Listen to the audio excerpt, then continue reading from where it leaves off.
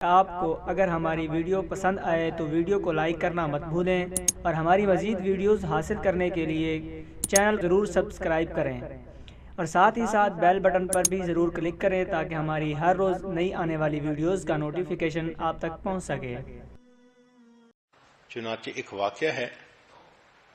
ایک لڑکی زینب کی شادی ہوئی اور اس کو ساس ایسی ملی کہ اللہ کی پناہ،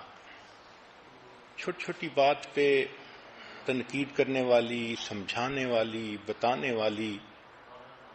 میاں بیوی آپس میں بہت خوش تھے، مگر ساس ہر وقت کوئی نہ کوئی مشورہ دیتی تھی، کوئی پوائنٹ نکال لیتی تھی جس سے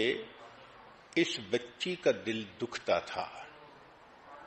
اس کا دل تنگ ہوتا تھا۔ چنانچہ 1 سال اس نے جب گزارا تو اس نتیجے پر یہ پہنچی کہ اس ساس کی موجودگی میں میری زندگی کبھی خوش نہیں گزر سکتی۔ تو اس کے دل میں ایک نفرت آ گئی، دشمنی آ گئی، عناد آ گیا۔ یہ ایک آنکھ اپنی ساس کو نہیں دیکھنا چاہتی تھی، اس کا دل چاہتا تھا زمین پھٹے اور یہ بوڑھی عورت اندر اتر جائے، میری جان چھوٹ جائے اس سے۔ ایک دن یہ بیمار تھی تو حکیم کے پاس گئی دوائی لینے کے لیے، تو وہاں اس کے دل میں شیطان نے یہ بات ڈالی کہ کیوں نہ حکیم صاحب سے میں کوئی ایسی دوائی لے لوں کہ جس کی وجہ سے میری ساس مر ہی جائے، میری جان چھوٹ جائے۔ چنانچہ اس نے رو دھو کر حکیم کو بتایا، میں بہت دکھی ہوں، میں بہت پریشان ہوں، آپ میری ہیلپ کریں،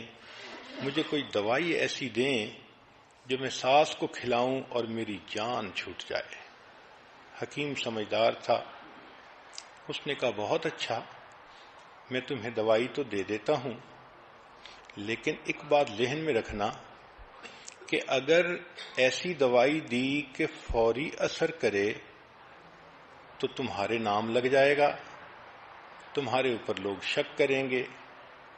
تم اس کے قتل کرنے والی بن جاؤ گی۔ اس نے کہا ہاں بات تو ٹھیک ہے۔ تو حکیم نے کہا کہ میں ایک ایسی دوائی دیتا ہوں کہ جو سلو پوائزن ہے، اس میں 1 سال لگے گا، اور 1 سال میں یہ عورت اندر سے اتنی کمزور ہو جائے گی کہ مر ہی جائے گی۔ وہ بہت خوش ہو گئی کہ اچھا آپ ایسی دوائی مجھے دے دیں۔ چنانچہ حکیم نے ایک دوائی دے دی اور کہا کہ اس کو وقتاً فوقتاً کھلاتی رہنا، اور 1 سال کا عرصہ ہے، تمہاری جان چھوٹ جائے گی۔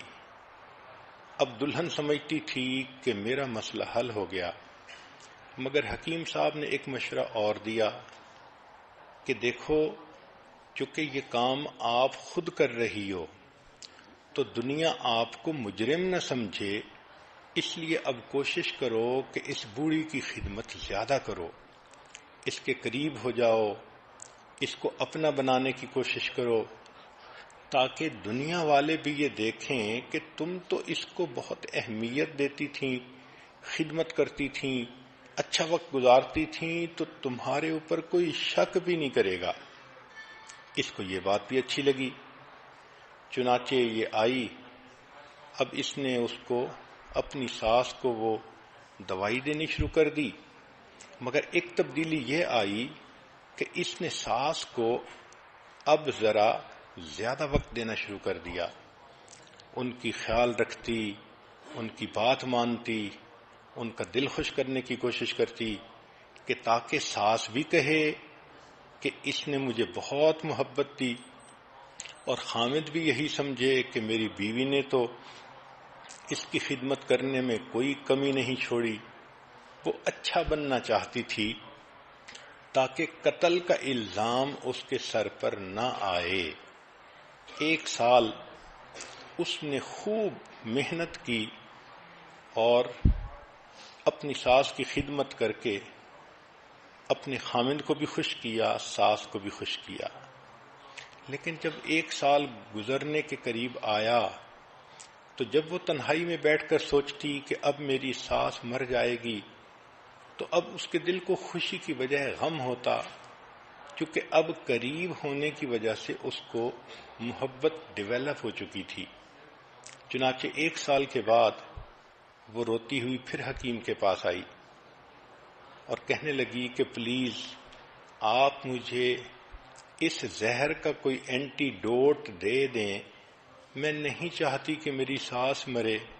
وہ اتنی میرے ساتھ اچھی ہو گئی ہے، میں اس کے ساتھ اتنی کمفرٹیبل فیل کرتی ہوں کہ میں نہیں چاہتی کہ وہ فوت ہو۔ جب اس نے یہ کہا تب حکیم صاحب نے بتایا کہ بہت اچھا، میں نے اس کو زہر نہیں دی تھی، ایک عام دوائی دے دی تھی تاکہ تمہارے دل کو تسلی رہے کہ زہر دی جا رہی ہے، لیکن جو میں نے تمہیں نصیحت کی تھی کہ ساس کی خدمت کرو، وقت دو، اس کی بات مانو،